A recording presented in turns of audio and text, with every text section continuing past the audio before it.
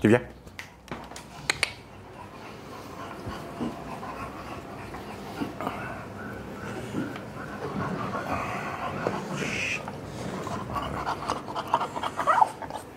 Oh putain. Ah bah oui, bah... Sawadee Toukoun Nakra. Bonjour tout le monde, j'espère que vous allez bien. Comme vous le voyez, je ne suis pas chez moi. Nous sommes chez Damien de chez Lampoon Cheesemaker. Alors, vous connaissez tous ces produits, mais le connaissez-vous, lui? Alors, En photo peut-être, oui. ouais, ta photo, tes produits Voilà. et ta voix au téléphone. Oui, et mon écrit, et éventuellement aussi par Voilà. message. Bonjour tout le monde. Donc, voilà. Pourrais-tu te présenter déjà? Alors Damien,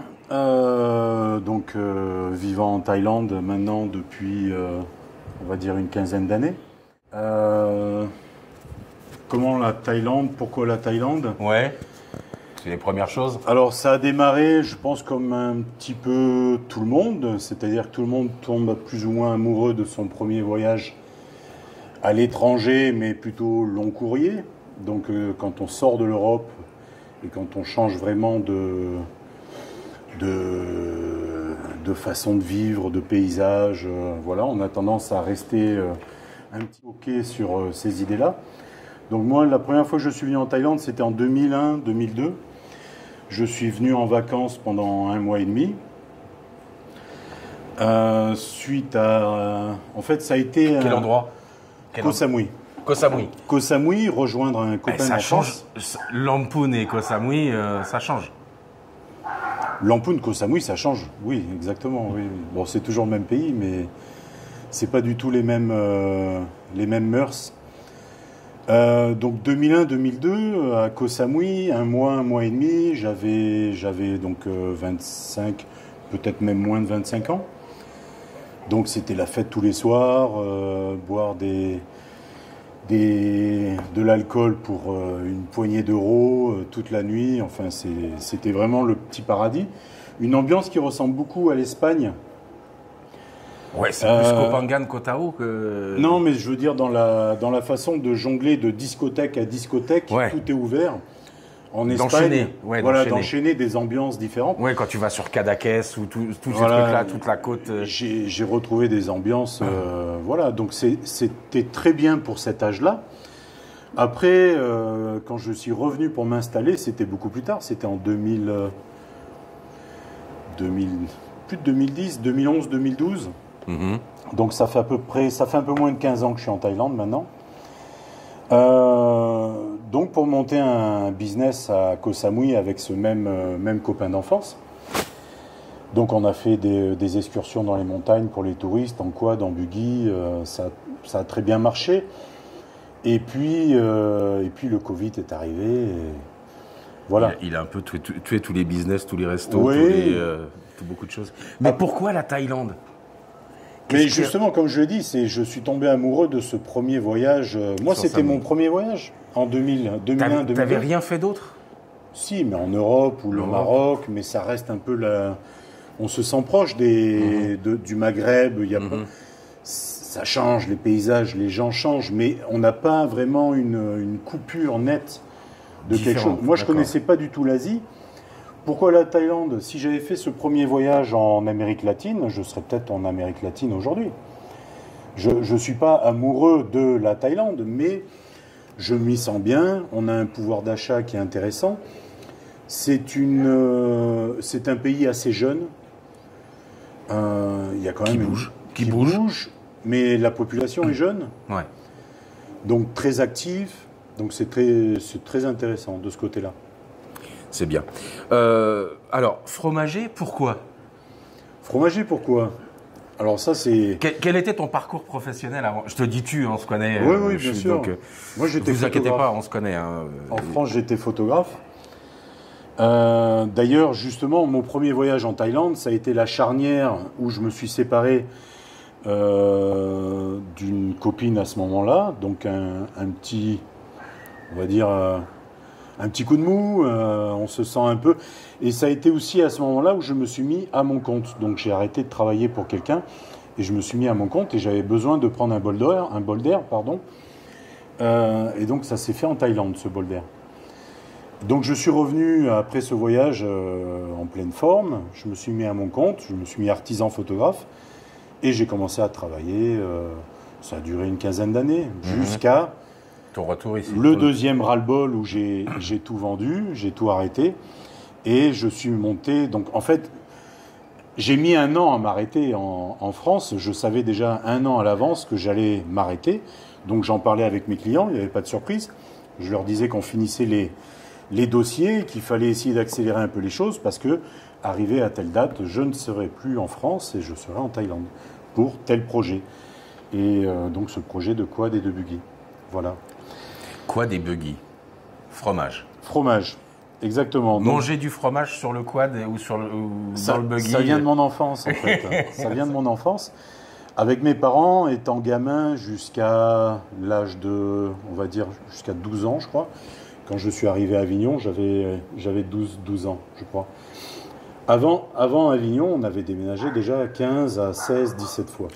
Ah oui, carrément. Moi, je trouvais que mes parents avaient la bougeotte 5 fois, 15 fois. Je suis natif de la région parisienne. Ouais, donc comme moi. Donc on a beaucoup de familles en région parisienne. On a de la famille en Normandie, donc fromager. On a de la famille aussi à Sisteron, où j'ai vécu aussi. Donc Normandie, j'y ai vécu pendant quelques années, après la région parisienne. Et puis on s'est installé. Toute la famille suivait mon père. Mon père a changé de boulot assez régulièrement. Toujours dans la même branche, mais il était DRH. Et donc il changeait de société assez régulièrement, ou dans la même société, il se faisait muter. La dernière, c'était Sanofi. Voilà. D'accord. Donc à Ramon, à côté d'Avignon, c'est pour ça qu'on a fini Sisteron, Sanofi. D'accord. Donc maintenant, fromager à Lamphun. Pourquoi Lamphun? Alors ma femme est de Lamphun. C'est juste pour elle ou c'est aussi le climat? On s'est mis à l'abri. Pendant le Covid, il n'y avait plus de revenus. Donc il a fallu se réinventer vite quelque chose et se mettre à l'abri de... Quand je dis dans l'abri, entre guillemets, c'est plutôt dans un endroit un peu moins cher. Parce qu'à Koh Samui, vous payez, la vie est très chère. vous payez un riz frit 150 bahts, un green curry c'est 150, 180, une grosse bière c'est 120 bahts. Bon, même si en Covid on n'a pas forcément, c'est pas forcément dans les besoins de boire des bières, mais c'est pour vous dire que la vie n'est pas, voilà, c'est un petit Monaco. Le Monaco français. Avec surtout beaucoup de Français. Avec pas mal de Français, mais pas que. Il y a beaucoup d'Européens, d'Anglais aussi, beaucoup de Belges, beaucoup de Suisses. Les Belges un peu moins, parce que je connais beaucoup de Belges sur Bangkok maintenant qui ont quitté Samui. Samui, oui. Mais le problème de Samui, et d'ailleurs c'est pour ça qu'on est parti, déjà pour se mettre à l'abri, donc dans une ville un peu moins chère. Donc on a choisi Lamphun. Pourquoi Lamphun? Parce que ma femme est de Lamphun, donc elle a toute sa famille. Chiang Mai, c'est juste à côté, c'est une grosse ville dynamique, c'est la deuxième ville de Thaïlande. Deuxième ville, c'est bouillonnant et parfois étouffant. C'est plein d'étudiants, donc moi j'adhère pas du tout avec le monde, la population. Dès qu'il y a un peu trop de monde, dès qu'il y a un manque de fluidité sur la route, c'est plus du tout mon truc. Ouais, ça j'ai découvert à Chiang Mai. Mais oui. Les bouchons. Alors, le matin, ça va, c'est nickel. Ouais. 15h30, de 15h30 à 18h. Sortie des écoles. C'est impossible. C'est incroyable. C'est impossible, invivable. Incroyable. Et donc, toutes ces routes ont été construites à un moment donné. Mais le problème, c'est que les voitures, maintenant, du jour, ça s'élargit.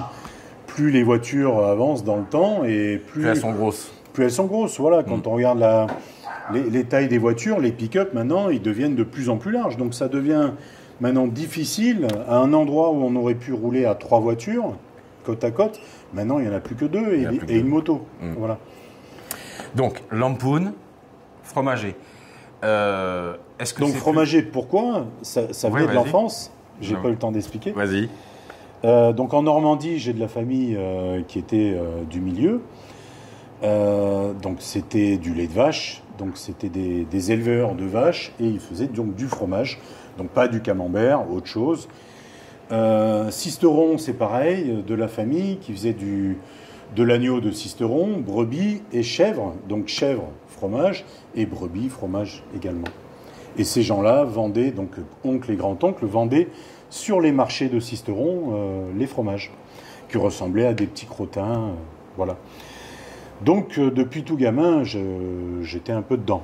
Voilà. T'as été bercé dedans. Pas à plein temps, loin de là, mais pendant les vacances scolaires, j'étais souvent recalé un petit peu. Va voir le tonton. Voilà. Tu vas aider tonton sur le marché. Exactement. Va vendre un peu, va aider, ça te fera un peu d'argent de poche. Exactement. Des trucs comme ça, quoi. C'est bien ça. Donc, fromager, pourquoi? On sait. Lampoon, pourquoi? On sait. Maintenant, comment se passe la vie à Lampoon pour un fromager? Est-ce que c'est difficile? Déjà, tes approvisionnements, Oui, alors, acheter du lait. Ouais. Acheter du lait, c'est super facile. Je l'achète dans la coopérative qui est juste à côté. Elle est à top chrono 10 minutes d'ici, sur la voie rapide. Tu es venu de par là-bas, donc tu as pris la voie rapide. Non, moi je suis passé, parce que mon hôtel est juste là-bas. D'accord. Donc je suis passé par l'autre côté. Mon hôtel voilà, mais bon, la voie rapide est juste là. Oui.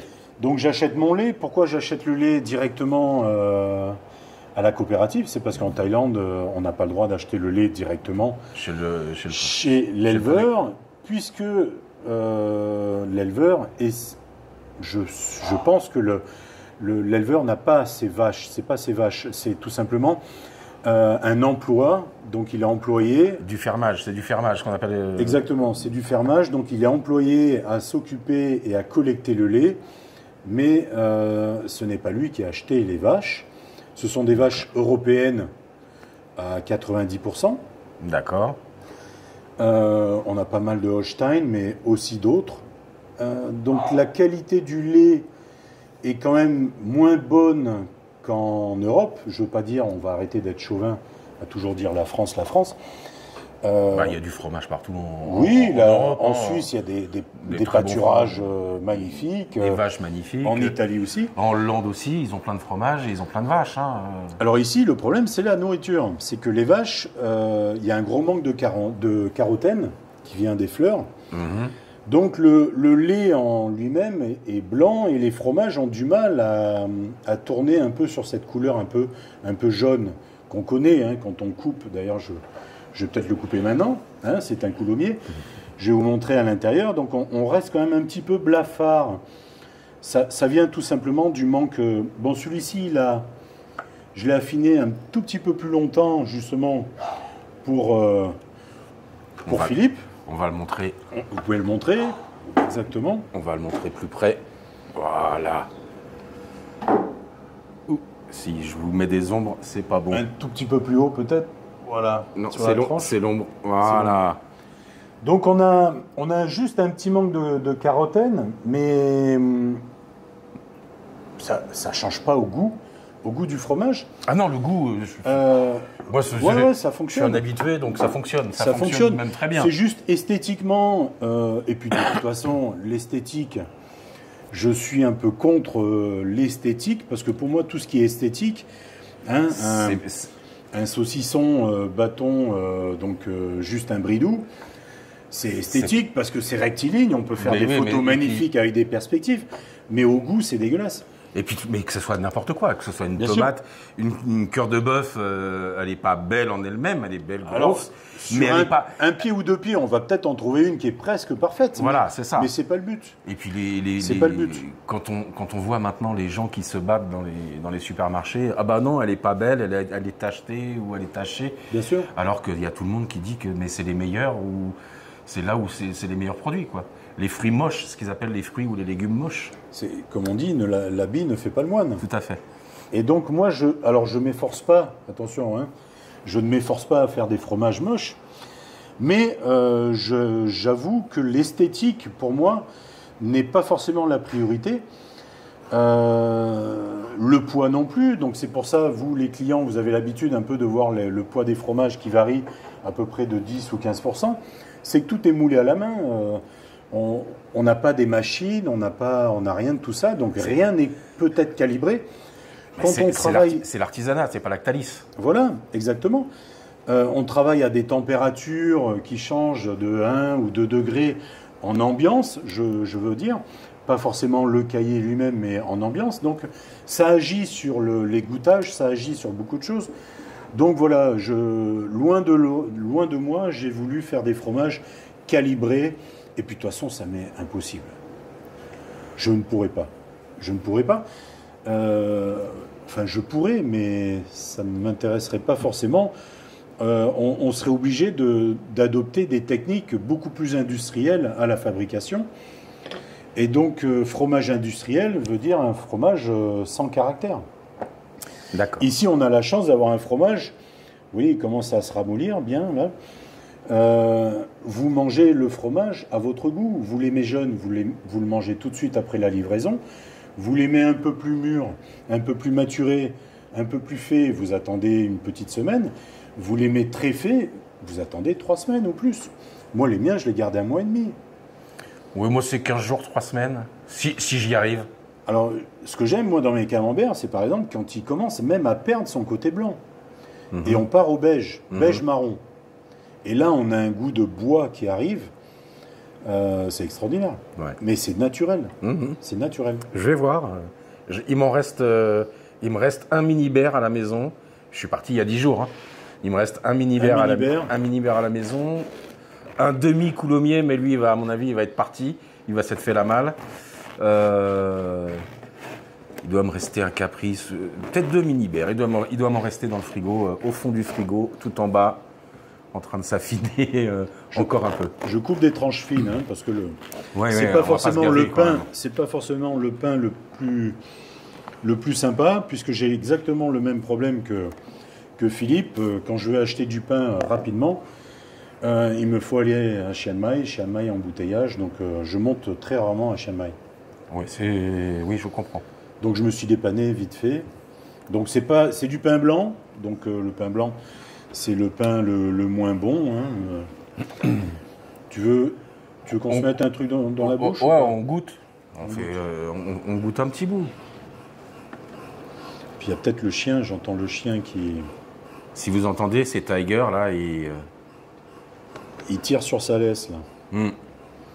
Tiens.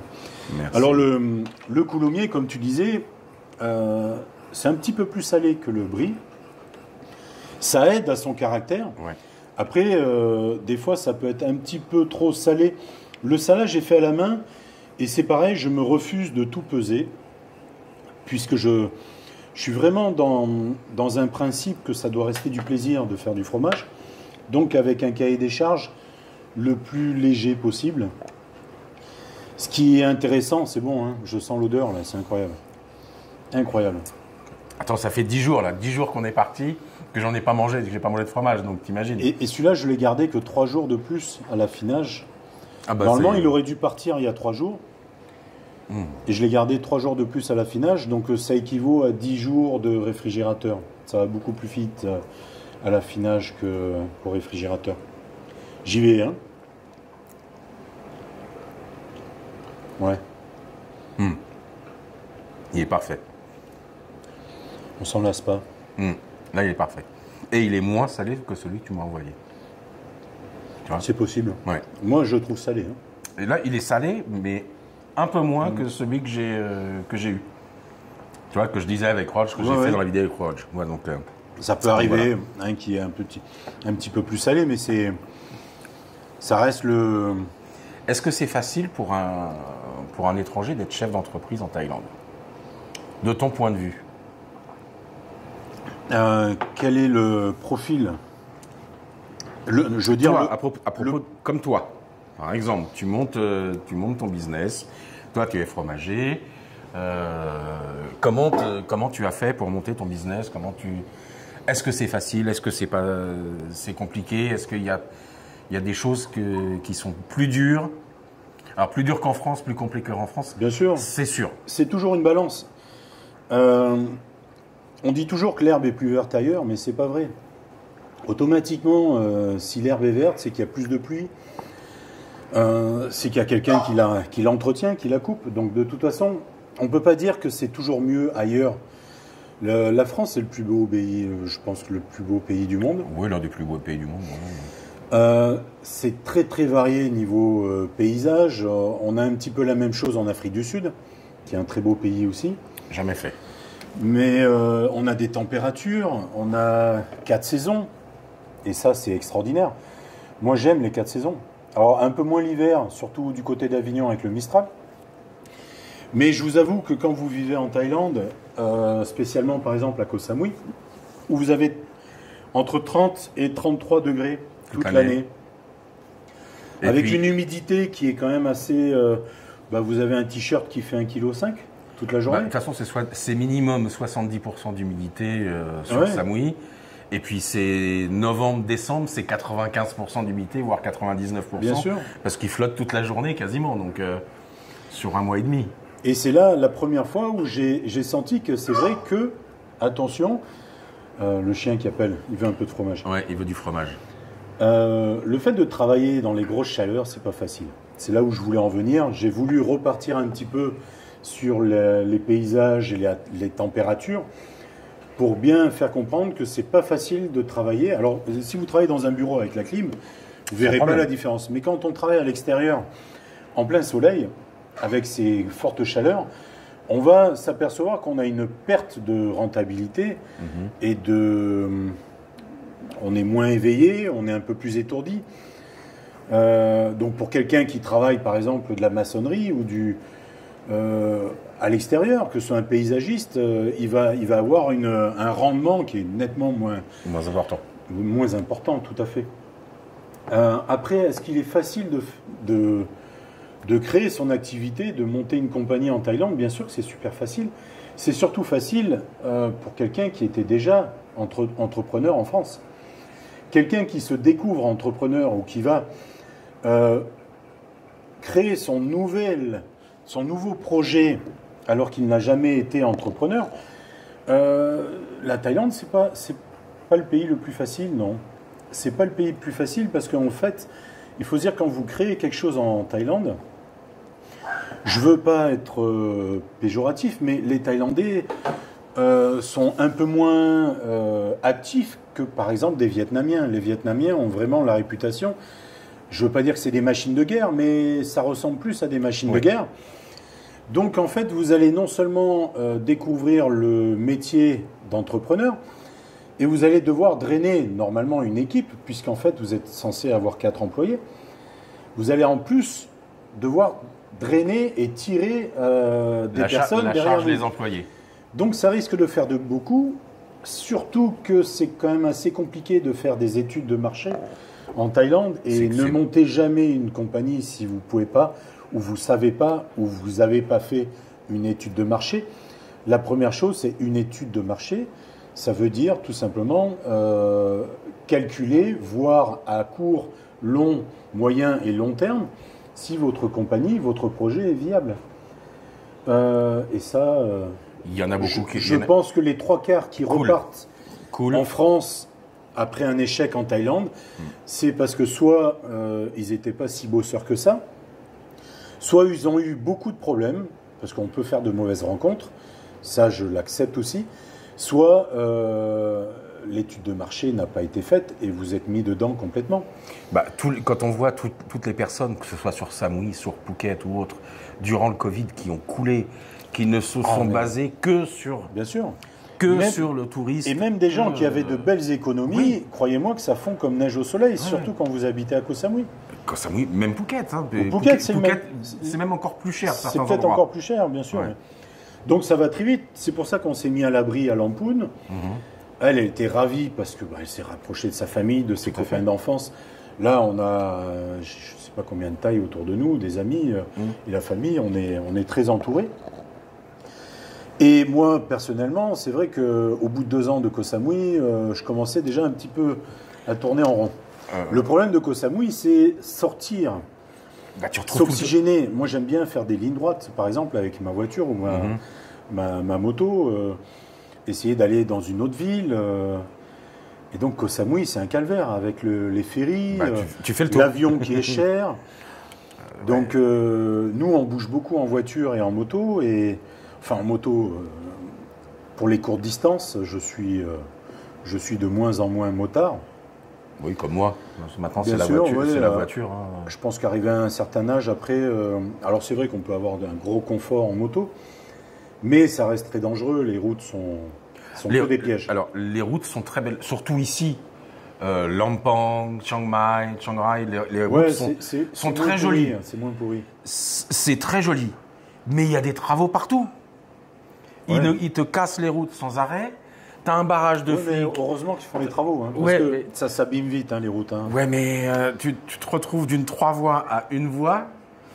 Et il n'y a pas de signalisation. Ouais, tu arrives, c'est c'est un l'entonnoir. peu trop tard. Voilà. Donc, chef d'entreprise, lampoon, fromager, c'est pas trop difficile. Mais comment tu gères tes employés? Est-ce que les employés, c'est difficile de les gérer? Parce que j'ai rencontré, que ce soit restaurateur qui tourne, hein, qui tourne, mais pas que touristes et autres, son problème, ce sont ses employés qui ne restent pas. Qui sont, alors, ils sont bosseurs 6 mois, et puis au bout de 6 mois, ils n'ont plus envie, et puis... Oui, mais on a c'est ça. même des cas beaucoup plus... Pire que ça? Oh, oui. Qu'au Samui, surtout les premières années où on a essayé d'apprendre un petit peu comment gérer des employés et des employés taille. On s'apercevait que si on les payait 2 fois par mois, le lendemain et le surlendemain de la paye, bon bah, Et tu les voyais plus, et Il ils y a- étaient sous, et... karaoké la nuit jusqu'à Alors, pas d'heure, voilà. Donc J'ai connu ça aux Antilles, où certains étaient, ou même en Polynésie, où il fallait les payer à la semaine. mais c'est ce qu'on faisait, on les payait à la semaine après. Parce que fallait les payer à la semaine, sinon comme ça, ils dépensaient qu'une partie du salaire. Ouais. Ils en avaient la semaine d'après, il fallait qu'ils reviennent bosser. Bien sûr. Donc ouais. c'est ça, c'est la gestion Donc, comme ça. c'est ce qu'on a fait. Donc nous, on a beaucoup de chance parce qu'on s'est entouré justement d'amis. Donc je travaille qu'avec des gars qui ont notre âge, puisque bon, moi j'ai 48 ans, ma compagne a 45, et donc tous ses amis ont plus de 40 ans, entre 40 et 50. Donc c'est des gens déjà beaucoup plus calmes. Attention, les tailles ont tendance à rester quand même assez teenagers, adolescents longtemps. Jusqu'à Donc- plus de 55 ans. Et encore, il y a des Donc, fois... Ce que j'allais dire, même après 40 ans, ils sont quand même capables d'aller dans les karaokés toute la nuit, et puis le lendemain, ils ne se lèvent pas. Mais au moins, on est prévenu à l'avance. Quand il y a un long week-end, Et c'est pas une tu surprise. prends une chambre dans un resort et tu vois que tu as des quarantenaires, cinquantenaires qui sortent les caisses de bière et machin, et la musique à fond, Ouais, ouais. tu comprends que tu vas pas dormir de la nuit, quoi. Bien sûr. C'est ça la Thaïlande aussi, il faut le savoir. Mais hein. c'est ce qui plaît aux touristes. D'ailleurs, c'est pour ça, je pense qu'il y a énormément de gens qui veulent s'installer après un voyage en Thaïlande.